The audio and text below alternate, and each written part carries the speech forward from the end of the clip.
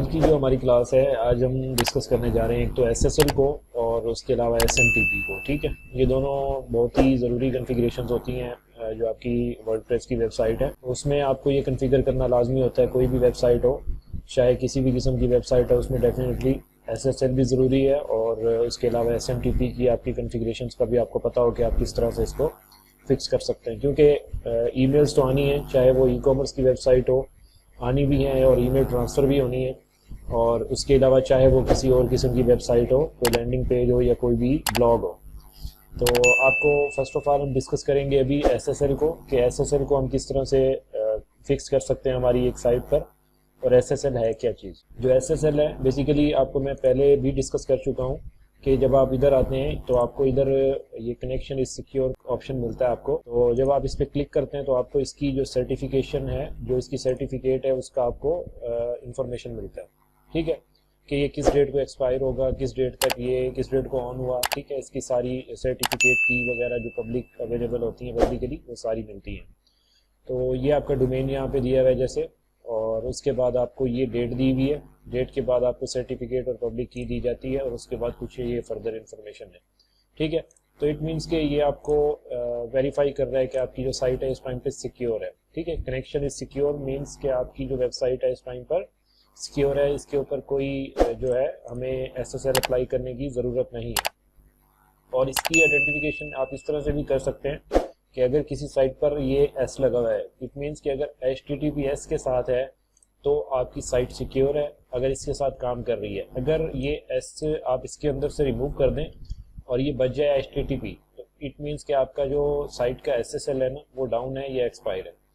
तो आपको करना क्या होगा कि आपको SSL एक तो इस पर सेटअप करना होगा, और दूसरा आपको इसको रीडायरेक्ट कराना होगा इस पे HTTPS के साथ। ठीक है, तो HTTP के साथ हमारी जो साइट है वो अनसिक्योर होती है, तो उसको जो है आप सिक्योर करने के लिए SSL यूज़ करते हैं।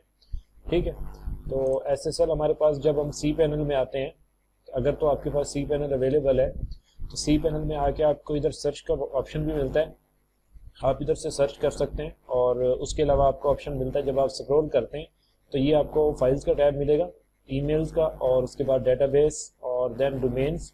ठीक है, और डोमेन्स के बाद आपको मिलेगा सिक्योरिटी।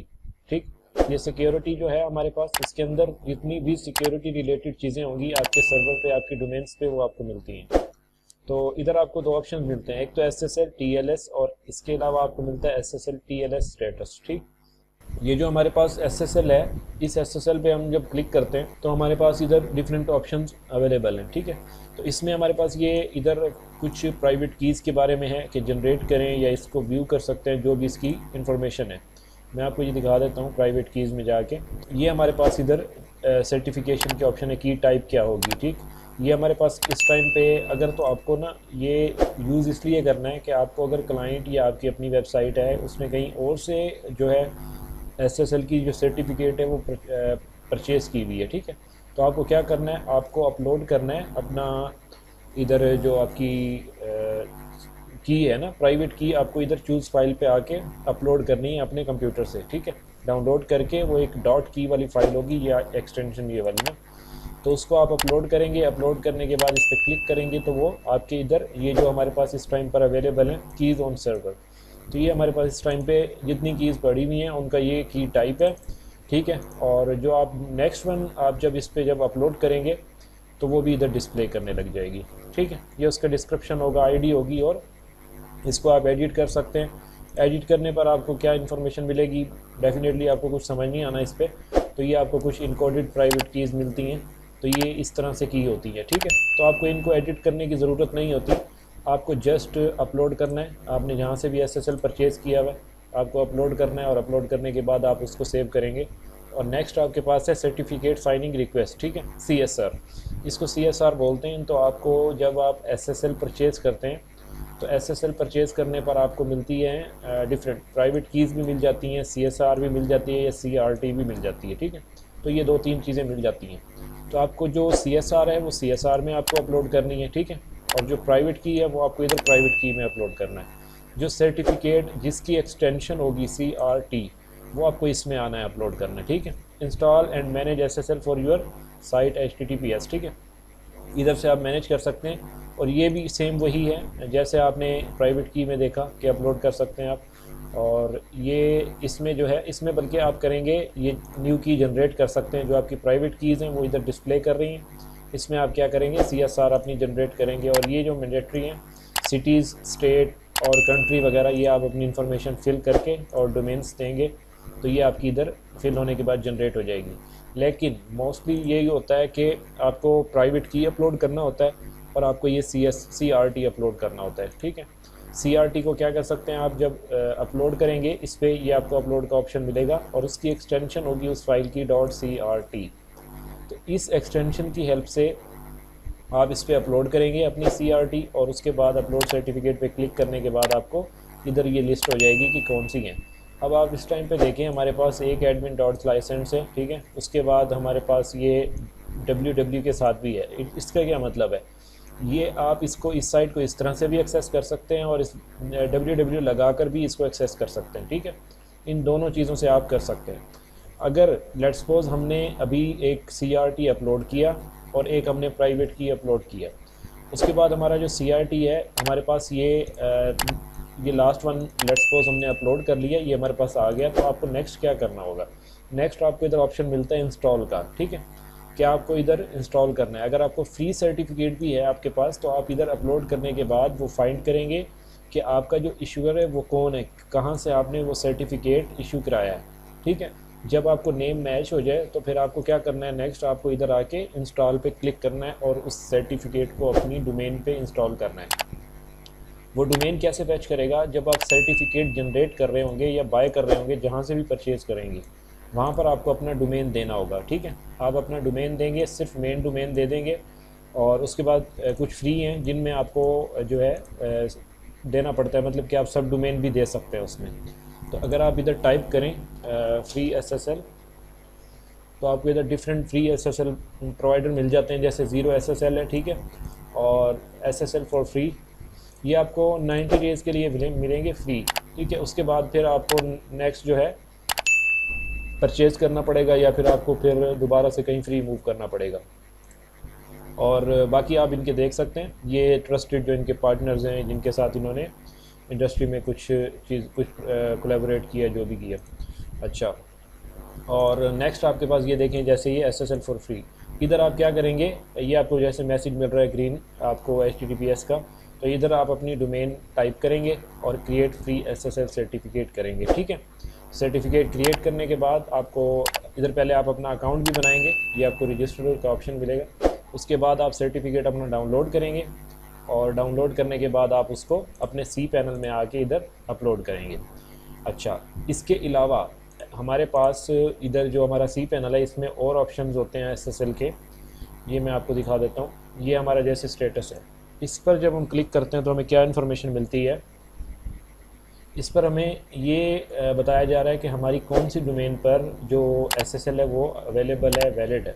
अब देखें आप, ये हमारा डोमेन जो है इस पर हमारा SSL काम कर रहा है, ठीक है, वैलिडेट किया हुआ है। और उसके अलावा आपके पास ये विद www भी कर रहा है। सम टाइम क्या होता है कि ये तो काम कर रहा होता है, विद www नहीं कर रहा होता। इट मीन्स कि आपको www के साथ भी आपको अपने डोमेन के साथ जो है SSL लगाना है। ज़रूरी नहीं है कि हर बंदा आपका विदाउट www पर ही आएगा, सम टाइम ट्रैफिक आपकी www से भी आ रही होती है। तो अगर www अनसिक्योर होगा, ये पॉसिबल है कि ये अनसिक्योर हो और ये विद HTTP काम कर रहा हो और ये विद जो HTTPS से काम कर रहा हो, ठीक है। तो ये दोनों एक ही डोमेन पे आपको ये प्रॉब्लम हो जाता है। तो आपको क्या करना है कि आपको अपना www के साथ भी SSL इनेबल रखना है, ये मेक श्योर करना है। और नेक्स्ट आपके पास जैसे हमारी ये मेन डोमेन है और अभी हमारे पास ये क्या है, mail.sliceand.com, ठीक है। हमारा इस पर कोई सर्टिफिकेट नहीं है। अभी मैं अगर इसको विज़िट करूं तो मुझे ये मैसेज देना चाहिए इधर कि ये आपके पास डोमेन जो है अनसिक्योर है, नॉट सिक्योर, ठीक है। तो ये आप देख सकते हैं हमारे पास। तो आपको इस तरह से your connection to this site is not secure, ठीक है। आपकी जो SSL है इस तरह से आपको एरर मिलता है। ये प्रॉब्लम क्या है, ये आपकी वेबसाइट का प्रॉब्लम नहीं होता, ना ही इसका कोई वेबसाइट की फाइल्स से प्रॉब्लम ताल्लुक़ होता है, ठीक है। इसका जो है आपका डोमेन और आपका जो cPanel है जहाँ पे आपने अपना डोमेन जो है पॉइंट किया हुआ है, उधर इसका इशू होता है, उसको आप फिक्स करके इसको सिक्योर कर सकते हैं। SSL में सम टाइम जो वर्डप्रेस है उसमें आ जाता है प्रॉब्लम, वो आपको दिखाता हूँ कि उसमें आपको कैसे फिक्स करना है। तो अभी आप देखें ये हमारी सारी डोमेन्स हैं जो नीचे, इनकी हमें नीड ही नहीं है, क्योंकि हमें जो है हमें ये जैसे cpanel.sliceandc हम एक्सेस ही नहीं करते, webmail.sliceandc हम एक्सेस ही नहीं करते, तो इनकी हमें नीड नहीं है। ठीक है, जो हमें जो हमारी मेन डोमेन्स हैं जो हम जिनको यूज़ करते हैं वो सिक्योर हैं, तो ये काफ़ी है। अभी हम क्या करते हैं, नेक्स्ट हमारे पास एक और ऑप्शन है जहाँ से हम SSL को इंस्टॉल करते हैं। अगर तो आप नेमचीप के ना कस्टमर हैं या किसी और प्रोवाइडर के हैं, तो आपको डिफरेंट प्रोवाइडर्स आपको डिफरेंट जो उनकी ऑफ़र्स होती हैं वो प्रोवाइड करते हैं। तो ये देखें आप, एक्सक्लूसिव फॉर नेमचीप कस्टमर्स। तो नेमचीप के कस्टमर्स के लिए ये आपको जो टैब मिला हुआ है, ये स्पेशली इसके अंदर जितनी चीज़ें हैं ये फ्री में नहीं मिलती। जैसे ये सॉफ्टटेकलेस ऐप इंस्टॉलर है, ये फ्री में नहीं है, इसका लाइसेंस बाय करना पड़ता है। ठीक है, तो ये आपको नेमचीप ने फ्री में प्रोवाइड किया हुआ है। और जैसे ये सेलेक्ट PHP वर्जन, ठीक है, ये समटाइम्स cPanel में अवेलेबल नहीं होता, ये WHM में या उसके जो आपका पीछे वेब होस्ट मैनेजर है वहाँ पर अवेलेबल होता है। ये cPanel में हर यूज़र को हर प्लान पे प्रोवाइड नहीं किया जाता। तो ये नेमचीप की जानिब से है। कॉन्टैक्ट सपोर्ट और Node.js ऐप जैसे ये भी जो है आपको एक प्रॉपर इंस्टॉलेशन करनी पड़ती है, ये कॉम्प्लिकेटेड प्रोसेस है ये। ठीक है, इस पर भी जो है आपको अगर मतलब कि अगर इसकी डिस्कस करें कि इसको किस तरह से सेटअप करना, तो इस पर एक पूरी जो है समझ लें कि क्लास 2 क्लासें लग जाएंगी इसको, सिर्फ इस ऑप्शन को इसको सेटअप करने में। तो आपको क्या करना है, आपको इधर नेमचीप SSL का ऑप्शन मिलेगा। ठीक है, इस पर क्लिक करना है। तो आपको क्या कह रहा है कि जो आपका sign in with your Namecheap, sign in with Namecheap account, आप अपने नेमचीप अकाउंट के साथ इसको कनेक्ट कर सकते हैं। अगर कोई और होस्टिंग प्रोवाइडर होगा ना, तो उसका भी ऐसे ही प्रोसेस होगा। आपको अपना अकाउंट लॉगिन रखना है जो आपका मेन अकाउंट है, और उसके बाद आप cPanel से उसको रीडायरेक्ट करें, उसको कनेक्ट करें, और देन आप उसको SSL को इनेबल करें। अच्छा, इधर हमारे पास ये रेडी फॉर इंस्टॉलेशन अगर कोई होगी डोमेन जिस पे SSL नहीं होगा वो शो होगी, और जो अवेलेबल होंगी वो ये होंगी। अभी हमारे पास देखें, हमारे पास जितनी डोमेन्स हैं वो सब जो है उन पे SSL एक्टिव है और HTTPS रीडायरेक्शन लगी हुई है। अगर हम इसको ऑफ़ कर देंगे तो ये HTTP के साथ भी काम करेगा और फिर HTTPS के साथ भी करेगा, लेकिन ऑटोमेटिकली जो यूज़र HTTP पर आएगा वो HTTPS पर नहीं जाएगा। ठीक है, तो इसको क्या करना है, अगर आप इसको ऑन रखेंगे, जब भी कोई यूज़र विद HTTP आता है तो उसको HTTP के साथ वेबसाइट विज़िट नहीं करने दी जाएगी, उसको ऑटोमेटिकली HTTPS पे रिडायरेक्ट किया जाएगा। ठीक है, तो SSL आप इधर से अपना इंस्टॉलेशन पर आके आपको इधर इंस्टॉल का ऑप्शन मिलेगा, तो आप उसको इंस्टॉल करेंगे, थोड़ा टाइम लेगा, उसके बाद वो एक्टिवेट हो जाएगा। तो ये थी हमारी जो SSL की है, और ये फ्री वाले SSL भी हैं। आप इधर अपनी डोमेन देंगे और नेक्स्ट करके उसके बाद अपना अकाउंट, और ये जो इसकी प्राइसिंग है ये भी आप देख लें। तो ये आपको प्रैक्टिस करनी है इनकी SSL की। कोई अपनी सब डोमेन्स क्रिएट करें, जैसे ये फ्री है, फ्री में आपके पास 90 डेज़ के लिए सर्टिफिकेट है, और उसके अलावा आपको ये सारे ऑप्शन अवेलेबल नहीं है। और उसके अलावा $10 पर मंथ है। ठीक है, और पर ईयर के लिए आपको ये डिस्काउंट मिल रहा है, पर ईयर पे आपको ये पे करना पड़ेगा। अच्छा, और उसके बाद ये 50 है और ये 100 है। ठीक है, डिफरेंट प्रोवाइडर्स हैं, और उनकी हेल्प से आप जो है कहीं से भी आप परचेज़ कर सकते हैं। तो ये भी है जैसे, और उसके अलावा डिफरेंट आपको इधर जैसे ये लेट्स एनक्रिप्ट। ठीक है, इसको इंस्टॉलेशन फ्री में कैसे कर सकते हैं वो इस प्लान में नहीं होगी। ये जो हमारा इस टाइम पे होस्टिंग प्लान है, इसमें हमारे पास ये VPS नहीं है। तो VPS पे आपको क्या कर सकते हैं, आपको लेट्स एनक्रिप्ट जो है इसकी इंस्टॉलेशन आपको सिखा सकता हूँ थ्रू टर्मिनल। ठीक है, वो किस तरह से हम करते हैं। बाकी फ्री SSL की सर्टिफिकेट का आपको मैंने गाइड कर दिया है कि आपको किस तरह से इनेबल करनी है। अच्छा, नेक्स्ट हमारे पास क्या होता है कि हमारे पास होता है SMTP। ठीक है, तो आप जब इधर आके टाइप करते हैं SMTP, तो आपको क्या है कि ये आपका सिंपल आपका जो मेल ट्रांसफ़र प्रोटोकॉल। ठीक है, तो इसको आपने क्या करना है, ये किस लिए यूज़ होता है, आपकी जो ईमेल्स फॉरवर्ड हो रही होती हैं आपकी वेबसाइट से, या आपकी वेबसाइट पर रिसीव आपके जो ईमेल कनेक्ट होता है उस पर आ रही होती हैं, तो उसके लिए यूज़ किया जाता है। ठीक है, तो SMTP का मतलब यही होता है, सिंपल मेल ट्रांसफ़र प्रोटोकॉल। ठीक है, तो इसको आप सेटअप कर सकते हैं वर्डप्रेस वेबसाइट में। वो आपको किस तरह करना है वो आपको मैं बता देता हूँ। तो अभी हमारे पास ना इधर SMTP अगर आपने सेटअप करना है, और आपका बिजनेस ईमेल है, आपके डोमेन पे आपने बनाना है पहले आपकी, जैसे ये डोमेन्स है। ठीक है, डोमेन में जितनी भी आपकी डोमेन्स हैं, आपने जोन से डोमेन पे क्रिएट करना है। आप ईमेल अकाउंट्स में आएंगे, और ये आपका ईमेल अकाउंट्स में आके आपने अपना ईमेल पहले क्रिएट करना है। और जैसे हमारे पास ये इस टाइम पर क्रिएटेड है, क्रिएट करने के बाद आपको कनेक्ट डिवाइसेस पे आना है, और नीचे आपको ये सेटिंग्स मिलेंगी, ठीक है। ये आपको गौर से समझ लेनी है। ये सेटिंग है, ये आपको रिकमेंडेड सेटिंग्स हैं। आप जहाँ भी SMTP की सेटिंग करेंगे आपको ये सेटिंग SSL TLS वहाँ पे सेलेक्ट करना है। वहाँ एक ऑप्शन होगा कि आप किस जो है उस पर सेटअप कर रहे हैं अपना जो SSL है। आपको SSL TLS का एक ड्रॉप डाउन मिलेगा, वहाँ पर आपने SSL TLS सेलेक्ट करके और देन आपको क्या करना है, यूज़र नेम देना है। आपका यूज़र नेम में अक्सर कंफ्यूज होते हैं कि यूज़र नेम क्या हो सकता है, आपका अपना होस्टिंग वाला यूज़र नेम होगा, क्या होगा। यूज़र नेम में आपका ईमेल ही होगा।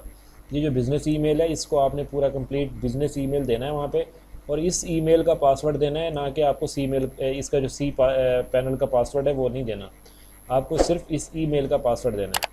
अच्छा, उसके बाद आपको इनकमिंग सर्वर जो है, इनकमिंग सर्वर की जो डिटेल्स हैं वो ये होंगी। आपको इनकमिंग सर्वर जो देना है ना वो ये देना है admin.slycent.com, ये इनकमिंग सर्वर है, ठीक है। और ये जो है ये पोर्ट्स हैं। आगे आपको पोर्ट का ऑप्शन मिलेगा, जहाँ पर आपको इनकमिंग सर्वर की डिटेल्स मांग रहे होंगे, वहाँ पर आपको क्या मिलेगा, आपको कहेंगे कि आप अपना ईमेल जो है अपना इनकमिंग सर्वर लिखें और फिर अपनी पोर्ट लिखें। आपको पोर्ट 2 अवेलेबल हैं, ठीक है, 993 और 995, ठीक है। और ये जो 995 है ये भी यूज़ होती है और 993 भी यूज़ होती है, ठीक है। और अगर आप आउटगोइंग सर्वर की डिटेल जो है पुट कर रहे हैं तो आपका आउटगोइंग सर्वर ये है, ये दोनों सेम है, ठीक है। लेकिन इसमें क्या डिफरेंस है कि इसकी जो पोर्ट होती है ना आउटगोइंग, सम टाइम होता क्या है कि प्रॉब्लम कहाँ होती है कि जहाँ इनकमिंग सर्वर्स होते हैं ना वहाँ पर आपको आप ये पोर्ट, मोस्टली लोग ऐसा ही करते हैं कि 465 गलती से दे देते हैं कि उनकी ईमेल में फिर प्रॉब्लम हो जाती है, ठीक है। तो आपको अपना जो पोर्ट ये याद रखना है कि ये आउटगोइंग सर्वर की पोर्ट है, ना कि ये इनकमिंग सर्वर की पोर्ट है। और इनकमिंग सर्वर की 2 पोर्ट्स हैं, ठीक है, ये दोनों है। और मेक श्योर करना है कि आपके सर्वर पर ये इनेबल्ड है। अगर तो आपका ब्लैंक सर्वर है, खाली एम्प्टी, आपने कोई ड्रॉपलेट या कोई VPS आपके पास है तो उस पर आपकी अलग केस होगा। इसमें आपका जो है ये पोर्ट्स अनेबल हैं और ये काम करेंगी, ठीक है। बाकी ये जो है ये एंड्रॉयड के लिए कुछ सेटिंग्स हैं, ये भी आपकी सेम रहेंगी। पासवर्ड जो आपने लगाया होगा वो होगा, उसके बाद आपका ये जो डिटेल्स होंगी और उसके बाद आपकी ये पोर्ट होगी एंड्रॉयड के लिए, ठीक है। तो अभी हम क्या करते हैं कि वर्डप्रेस डैशबोर्ड है हमारे पास, और डैशबोर्ड में आने के बाद आपको आना है प्लगइन्स में, ठीक है। ये आपको $49, $99, $199 और $399 वन साइट के लिए, ईमेल रिपोर्ट्स, लॉगिंग, ट्रैकिंग, ये सारी चीज़ें। अगर आपका क्लाइंट आपको कहता है कि मैंने ये SendGrid यूज़ करना है, कनेक्ट करना है, तो आप ये प्लगइन उससे परचेज़ करवाएंगे, ठीक है। परचेज़ करवाने के बाद आप इसको, ये सारे फीचर्स इसमें अवेलेबल हैं। अगर किसी की नीड है जिसके अंदर ये चीज़ें चाहिए, ठीक है, जैसे सेटअप डोमेन नेम DNS, ठीक है, कॉन्फ़िगर सपोर्टेड मेलर, ठीक है, तो इसमें फिर आपको डेफिनेटली इस प्लान पे आना पड़ेगा। और अगर कोई नीड इधर की है तो फिर आप इधर से करेंगे, ठीक है। 20 वेबसाइट्स हैं इसमें और इसमें एक वेबसाइट कर सकते हैं। तो आपको क्या करना है, आपको ईमेल्स पे कंफ्यूज नहीं होना। अगर कोई क्लाइंट आपका ये कनेक्ट करना चाहता है, ये पोस्ट मार्क करना चाहता है, मेल गन करना चाहता है, माइक्रोसॉफ्ट 365 करना चाहता है, तो आपको करना क्या है कि आपको उससे कहना है कि आप ये परचेज़ करेंगे प्लगइन, तो फिर मैं आपको ये हेल्प कर सकता हूँ कि ये आप इसको कनेक्ट करवाएं इधर से। आपका जो माइक्रोसॉफ्ट 365 है वो आपके वर्डप्रेस साइट से जब काम करेगा, ठीक है। तो आपको करना क्या है कि आपको इधर लाइसेंस देना है और इसको एक्टिवेट कर देना है। कनेक्ट करेंगे तो ये लाइसेंस एक्टिवेट हो जाएगा। उसके बाद जो मेन सेटअप है इसका वो हम देख लेते हैं, ठीक है। ये प्लगइन इंस्टॉल करने के बाद क्या होगा, आपको इधर एक टैब मिल जाएगा। टैब में ये आपको सेटिंग, सेंडर, टेस्ट ईमेल, ये ईमेल होगी, ठीक है, ईमेल लॉग, ईमेल रिपोर्ट्स और टूल्स, ठीक है। सेटिंग्स में जब आप आएंगे, लाइसेंस डेफिनेटली हर प्लगइन पेड ही होता है, कोई ना कोई उसकी फीचर ऐसे होते हैं जो आपको फ्री में प्रोवाइड नहीं करते। और ये आपको जैसे AWS में यूज़ करना है आपको प्रो होगा, और उसके बाद ये फ्री में है और ये गूगल फिर प्रो में है, और ये सेंड लेयर है ये आपको रिकमेंडेड है। बाकी जो ज़्यादा यूज़ होने वाले हैं जैसे आउटलुक है माइक्रोसॉफ्ट का, ये भी आपको जो है प्रो में मिलेगा। डिफ़ॉल्ट है तो डिफ़ॉल्ट के साथ जाएंगे। ये आपका ईमेल होगा, किस ईमेल से, जैसे आपके पास सम टाइम किसी इदारे से ईमेल आती है तो उस पर इदारे का नाम लिखा होता है, ठीक है, info@abc college.com जो भी होगा। तो आप इधर अपना जो ईमेल देंगे फ्रॉम वो देंगे, उसके बाद फोर्स ईमेल फ्रॉम, जो नेम होगा वो आप जैसे SML the name that emails are sent from, ठीक है। आप इधर नेम दे देंगे, जैसे हमारी स्लाइड सेंट्स है तो हम slidesense.com, या इधर हम लिख देंगे स्लाइड सेंट्स। कोई भी हमारी अगर कंपनी है तो कंपनी लिख देंगे, ठीक है, तो वो लिख देंगे नेम।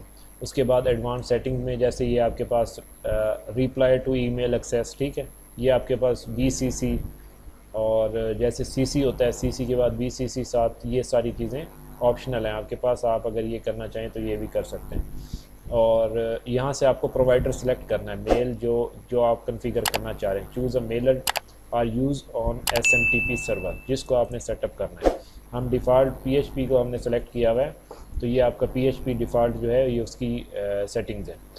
ईमेल लॉग्स वही चीज़ है, और एडिशनल सेटिंग्स ईमेल कंट्रोल्स देखते हैं,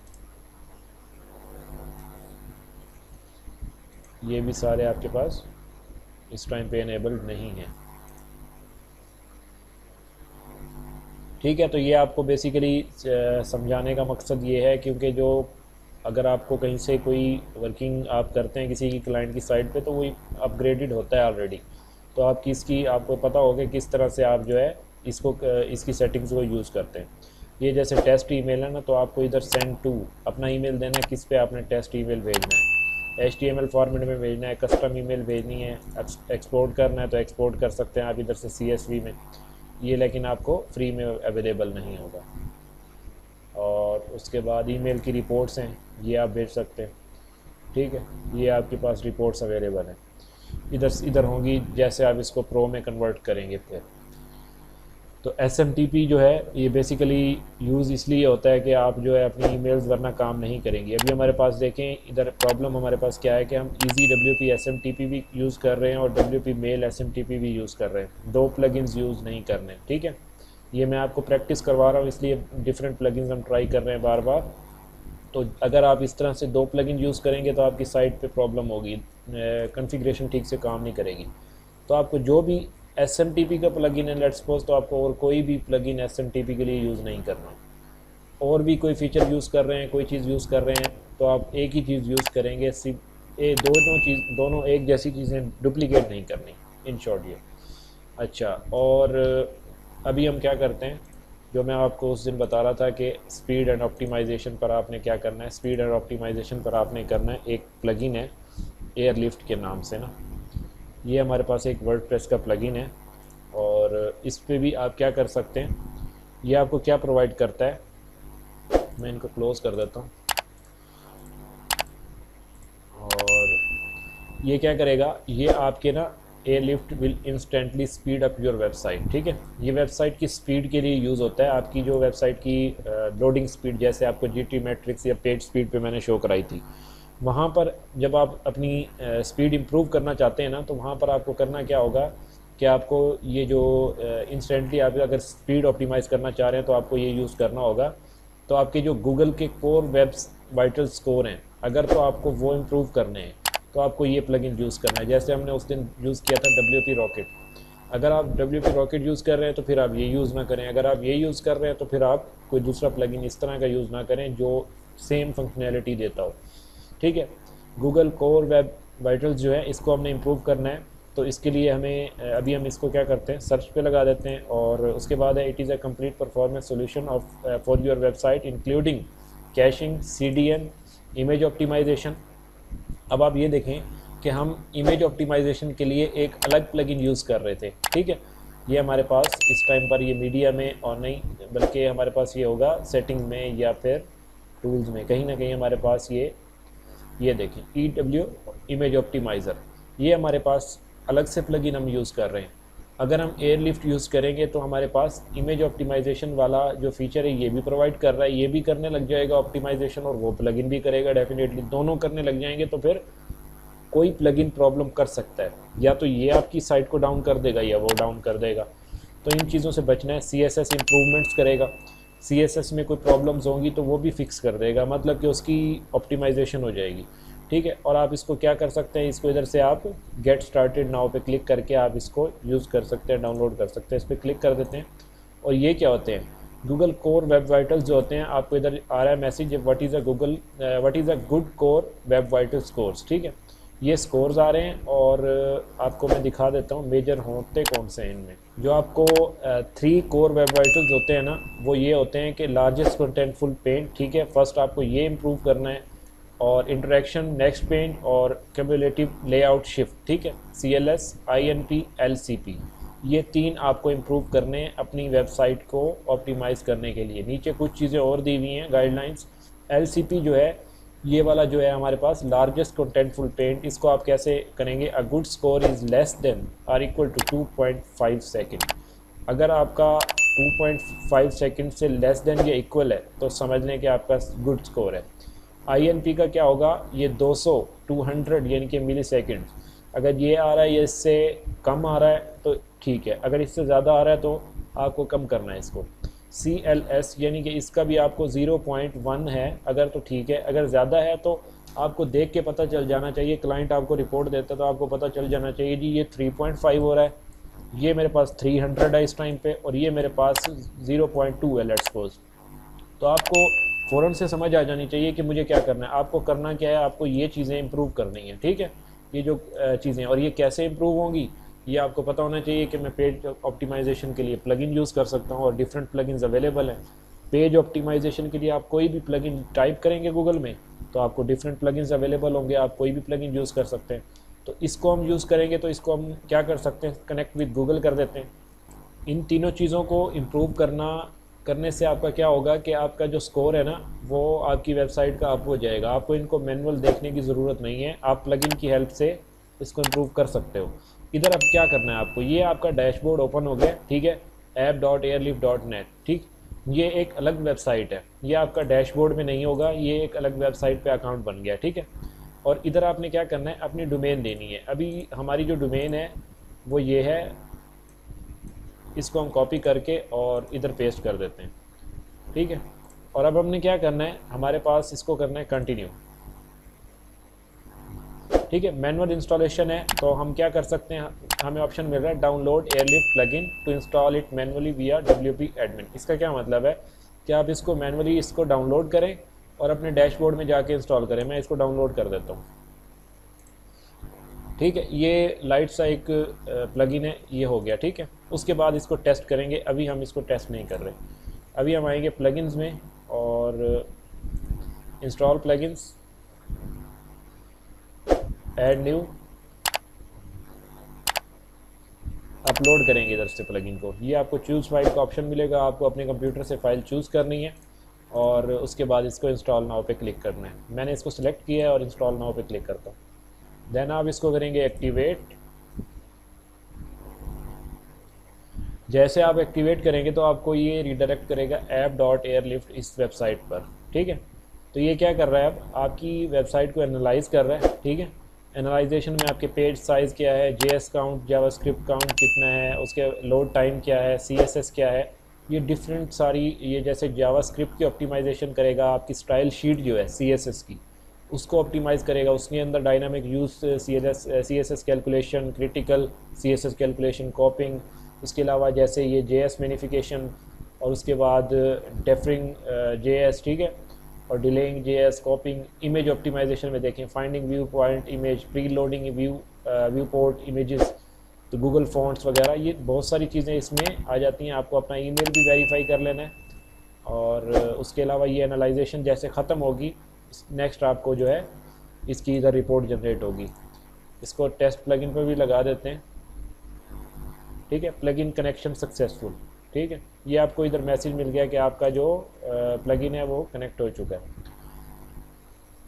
कनेक्शन हुआ है डेफिनेटली। तो ये हमारे इस अकाउंट से ऑटोमेटिकली कनेक्ट हो जाएगा। ये आपको कंफर्म होना चाहिए कि आपके इसी अकाउंट से ये कंफर्म हो जाएगा और कनेक्ट भी हो जाएगा।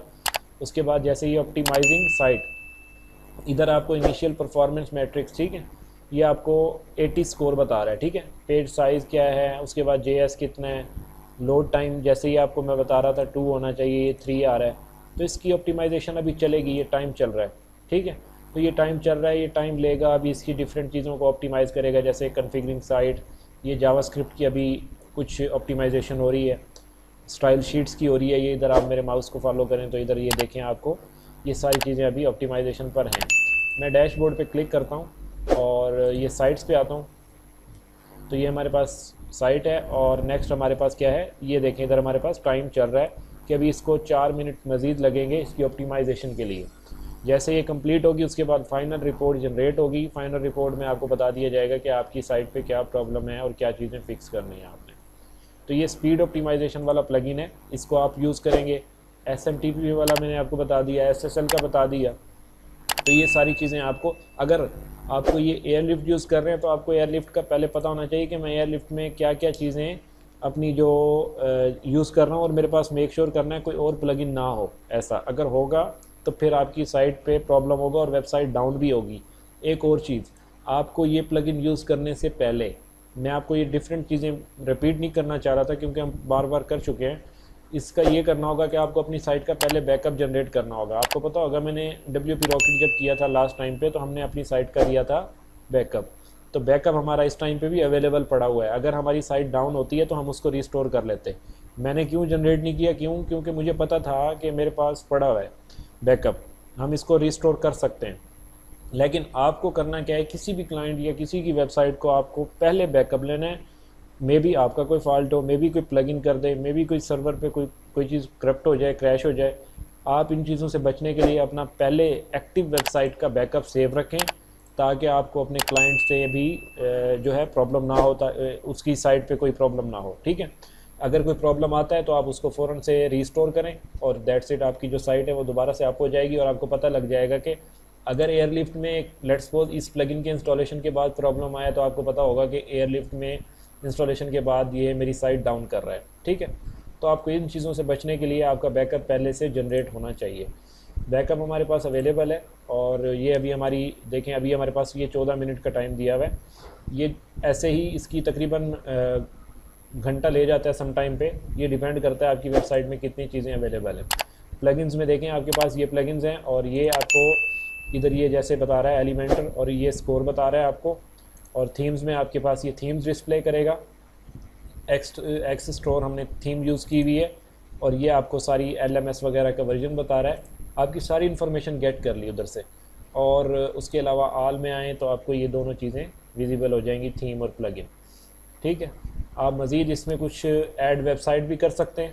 अगर आपने कोई दूसरी साइट करनी है इसमें ऐड, किसी और क्लाइंट की है, ऑप्टिमाइजेशन कर रहे हैं, किसी की स्पीड ऑप्टिमाइज़ करनी है या आपकी अपनी वेबसाइट्स हैं, तो लेट्स सपोज आपने एक मेन डोमेन पे बनाई हुई है, एक सब डोमेन पे बनाई हुई है, तो आप उसको भी ऐड करके उसको भी इधर ऐड कर सकते हैं। मल्टीपल वेबसाइट्स आप इसमें इधर ऐड करके उनको ऑप्टिमाइजेशन पे लगा सकते हैं। तो ये प्रोसेस है इसको ऑप्टिमाइज़ करने का। जैसे आप इसको कंप्लीट करेंगे ना तो होगा क्या कि आपके जो 3 में आपको दिखा रहा था ना, ये लार्जेस्ट कंटेंटफुल, ये LCP, INP और CLS ये इम्प्रूव हो जाएंगे। ठीक है, क्योंकि आपका जो प्लगइन है उसने आपको मैसेज, आप अभी देखा आपने कि ये चीज़ें अगर आपको गूगल के कोर वेब वाइटल्स को आपने CWV इनको इम्प्रूव करना है तो आप ये प्लगइन यूज़ कर सकते हैं। ठीक है, और भी आप इधर टाइप कर सकते हैं। जैसे हम एक काम करते हैं, इधर टाइप करते हैं इसमें वर्डप्रेस प्लगइन। ठीक है, वर्डप्रेस प्लगइन, तो इसमें आपको डिफरेंट प्लगइन्स, ये आपकी जो ऑफिशियल वेबसाइट है wordpress.org, इसमें भी आपको प्लगइन्स मिल जाएंगे। ये ओपन कर लेता हूँ और कुछ डिफरेंट नीचे, जैसे ये WP रॉकेट उस दिन शो हो रहा था। इसका क्या मतलब है कि WP रॉकेट हो गया तो फिर हमें एयरलिफ्ट की ज़रूरत नहीं है। ठीक है, एयरलिफ्ट हो गया तो हमें WP रॉकेट की ज़रूरत नहीं है, आप एक यूज़ करेंगे। सेम आपको प्लगइन पे आपने ख़ास तौर पे ख्याल रखना है और उसके अलावा आपको डिफरेंट गाइड्स मिल जाती हैं किस तरह से आप इनको यूज़ करेंगे। तो ये आपके जैसे प्लगइन्स हैं और उसके अलावा भी आपको जो है इसके डायरेक्ट इसका जो नाम लिखेंगे ना आप, WP Google core web vitals, इस तरह के प्लगइन नहीं मिलेंगे आपको। पेज स्पीड ऑप्टिमाइजेशन के प्लगइन मिलेंगे। आप जब टाइप करेंगे ना पेज स्पीड ऑप्टिमाइजेशन तो आपको फिर डिफरेंट आपको प्लगइन्स मिल जाते हैं, उनको आपने यूज़ करना है। तो ये जैसे ये पेज स्पीड इनसाइड, ठीक है, तो ये क्या करेगा, इसमें आपको ये जैसे बता रहा है कि पहले 16 स्कोर था, पेज स्पीड ऑप्टिमाइज़ हुई, देन 93 हुआ। ठीक है, तो ये प्लगइन आप इधर से डाउनलोड करेंगे। डाउनलोड करने के बाद अपने उसमें जाके इसमें इंस्टॉल करेंगे और आपको ये इधर डिस्क्रिप्शन में बता रहा है कि आपका जो CWV है उसको इम्प्रूव कर देगा। ठीक है, तो आपको ये चीज़ें मेक श्योर करनी है। और फीचर्स इसमें क्या हैं, flush cache, auto clear cache, web page images, ये सारी चीज़ें, रिमूव अनयूज CSS, तो सारी चीज़ें वही आ गई जो हमने एयरलिफ्ट में देखी थी या WP रॉकेट में देखी थी, तो वो सारी चीज़ें इसमें प्रोवाइडेड हैं। तो ये आपको इस तरह से इसका डैशबोर्ड वगैरह ये है, आपके ऊपर है, आप डिफरेंट प्लगइन्स यूज़ कर सकते हैं, करने भी हैं। क्यों? क्योंकि आपने कोई एक वेबसाइट तो नहीं बनानी या एक प्लगइन यूज़ करके तो नहीं रहना ना, आपको एयरलिफ्ट भी यूज़ करना है, WP रॉकेट भी यूज़ करना है, और भी जितने प्लगइन्स इन स्पीड ऑप्टिमाइजेशन के यूज़ होते हैं सबको यूज़ करें, वन बाय वन एक को रिमूव करें, नेक्स्ट को यूज़ करें, ताकि आपकी प्रैक्टिस हो, उनका डिफरेंस समझ आए और ये पता लगे कि कौन से प्लगइन से परफॉर्मेंस सही है। आपके एक्सपीरियंस पे हो सकता है कि हमें WP रॉकेट पे बेहतर लग रहा हो और आपके एंड पे जो आपके पास वेबसाइट आई हो उस पर हो सकता है कि WP रॉकेट से ऑप्टिमाइजेशन सही ना हो रही हो और वो एयरलिफ्ट से हो रही हो या किसी दूसरे प्लगइन से हो रही हो। तो आपको ये मेक श्योर करना है कि आपकी जब प्रैक्टिस होगी तो आप इस तरह से ये छोटी छोटी चीज़ें जो है ये हैंडल कर सकते हैं। तो ये स्पीड ऑप्टिमाइजेशन बहुत ही लाजमी है, इसको आपने अच्छे तरीके से कवर करना है। और ये अभी हम देख लेते हैं इसमें अगर कोई टाइम है तो। अब देखें हमारे पास परफॉर्मेंस 74 है और उसके बाद हमारा जो PHP का वर्जन है, सारी चीज़ें हमें बता रहा है कि क्या क्या चीज़ें आपकी वेबसाइट पर हैं। एक्शंस पर आप जब क्लिक करेंगे तो आपको ये एक्शंस पे आपको ये डिफरेंट चीज़ें मिल जाती हैं। क्विक एक्शंस आपने क्या करना है, डिसेबल करना है, पर्च करना है, रीऑप्टिमाइज़ करना है। लाइट हाउस रिपोर्ट पे आप जब क्लिक करेंगे तो ये आपको लाइट हाउस की रिपोर्ट मिलेगी कि आपकी SEO कितनी है, 93 है, बेस्ट प्रैक्टिसेस क्या है, 92 हैं, एक्सेसिबिलिटी 85 और परफॉर्मेंस 74। ये क्या है कि अभी आप ये समझे ना कि इसको ग्रीन करना ही करना है। तो आपके लिए एक चीज़ मैं मेक श्योर कर दूं कि ये ज़रूरी नहीं होता कि हर वेबसाइट में ही आपको ये 90+ मिले। बहुत अच्छी अच्छी वेबसाइट्स में ये स्कोर सही समझा जाता है, इतना स्कोर भी सही समझा जाता है, क्योंकि इसको 90 पर लेके जाने के लिए जैसे जैसे आप वेबसाइट को इन्हेंस करते जाएंगे, एक्सटेंड करते जाएंगे, तो ये डेफिनेटली इसके अंदर काफ़ी चीज़ें होंगी जो आएंगी। आपने बेस्ट प्रैक्टिस बेस्ट तरीके से बनाई एक वेबसाइट, लेकिन हो सकता है उसके अंदर आपने कोई प्लगइन यूज़ किया जिसने आके ये परफॉर्मेंस डाउन कर दी आपकी, या कोई ऐसा कोड आपने यूज़ किया जो परफॉर्मेंस पे इफ़ेक्ट कर रहा हो। तो इसमें काफ़ी चीज़ें हैं जो देखने वाली हैं, इस वजह से ये स्कोर अप डाउन होता रहता है। लेकिन ये बहुत ज़्यादा डाउन नहीं होना चाहिए, जैसे 15, 20, 25, 30, ये स्कोर बिल्कुल गलत है। ठीक है, इसको आप इम्प्रूव करेंगे, इस 70 हो, 80 हो, 90 हो, इस लेवल पे आप इसको लेकर आएंगे। बाकी इसको मज़ीद इम्प्रूव करना है तो इन डेप्थ आपको ये नॉलेज मिलेगा कि आपका ये जैसे ये मेन चीज़ आपकी इस टाइम पे डाउन है, 3.1 है, जबकि हमने इसका क्या देखा था गूगल में जाके, हमने इसका कुछ 2 पॉइंट समथिंग था गालबन। तो स्पीड इंडेक्स है और ये उसके बाद लार्जेस्ट कंटेंट, ये दोनों चीज़ें आपकी रेड हाईलाइटेड हैं, समझ लें कि ये दोनों ही डाउन है। ठीक है, और ये दोनों चीज़ें ठीक हैं तो ये ग्रीन है, इनको आपने फ़िक्स करना है। तो आपको ये आप इस पर गूगल कर सकते हैं कि किस तरह से मैं इसको फ़िक्स कर सकता हूँ, और ये जो है इसको भी किस तरह से फ़िक्स कर सकता हूँ। नीचे सारी डिटेल्स आपको दी हुई हैं कि किस तरह से जब आप एक ऑप्टिमाइजेशन पे बैठेंगे तो आपको ये सारी चीज़ें इन डेप्थ समझ आ जाएंगी कि ये कैसे इम्प्रूव होती हैं। ऑप्टिमाइजेशन स्टेटस सेटिंग्स हैं, ठीक है, ये आपको इधर मिल जाती हैं। जावास्क्रिप्ट इमेजेस, तो ये इमेजेस में आपको बता रहा है आपने ये सारी चीज़ें इनेबल रखनी है और ये सेटिंग्स आपने कर लेनी है। और ऑप्टिमाइजेशन डिटेल्स, ये आपको डिटेल्स हैं, जैसे ये हमारी वेबसाइट ऑप्टिमाइजिंग इन बैकग्राउंड। ठीक है, अभी भी कुछ चीज़ें हैं, इमेज रिसाइजिंग है, वेब पी कन्वर्जन है, वेब पी में आपकी इमेज होनी चाहिए, PNG में ना हो या JPG में ना हो। तो ये सारी चीज़ें आपको मेक श्योर करनी है। तो बाकी चीज़ें हमारी कुछ ये देखें, ये हमारी जैसे आई फ्रेम, ये सारी चीज़ें हमारी इनेबल्ड हैं। तो इस तरह से आप इसको कर सकते हैं। बाकी इसके अलावा नेक्स्ट जो हमारी कल वाली क्लास होगी उसके अंदर ये हमारी स्पीड और ये SSL और SMTP ये आप लोगों ने प्रैक्टिस करके मुझे बता देना है। कल हम मूव करेंगे, एक नई चीज़ है उसके ऊपर मूव करेंगे कि किस तरह से हम उनको सेटअप करेंगे। ये चीज़ें आपने प्रैक्टिस करनी है, क्योंकि अगर इस पर एक 1 बाय 1 बैठें तो फिर ये बहुत ज़्यादा टाइम लग जाएगा। मैं कोशिश करता हूँ कि घंटे के अंदर अंदर आपको सारी चीज़ें कम अज़ कम इतनी नॉलेज में आ जाएं कि जिनका आपको पता हो और आप उन पर काम उसको मज़ीद उसको एक्सप्लोर कर सकें। SMTP की प्रैक्टिस करनी है पहले, और उसके अलावा जो आपको ये प्लगइन है इसको कनेक्ट करना है, और उसके अलावा कुछ और प्लगइन स्पीड एंड ऑप्टिमाइजेशन के फाइंड करने हैं। और नेक्स्ट आपको बैकअप्स कैसे जनरेट करने हैं, कैसे बैकअप्स में क्या काउंट करते हैं, क्या चीज़ें होती हैं। और सम टाइम पे बैकअप जनरेट नहीं होता, एरर्स आते हैं। आप जब जनरेट करेंगे आपको पता लग जाएगा क्या एरर्स आते हैं, फिर वो आपको ज़ाहिर है फिर आपके एक्सपीरियंस में इजाफा होगा कि वो क्यों आते हैं एरर्स और उनमें क्या फ़िक्सिंग करनी पड़ती है। ठीक है, अभी मेरे पास इस टाइम पे मैं आपको बताऊंगा नहीं कि किस तरह के एरर्स आते हैं, वो आपको प्रैक्टिस करना है, और जब आपके सामने आएंगे फिर आप मुझसे पूछेंगे ये एरर क्यों आ रहा है, फिर मैं बताऊंगा। तो इस तरह से आपको जो है आपकी जो एक्सपीरियंस है ना वो मज़ीद अच्छा होगा। तो बाकी इंशाल्लाह कल वाली नेक्स्ट क्लास में देखते हैं।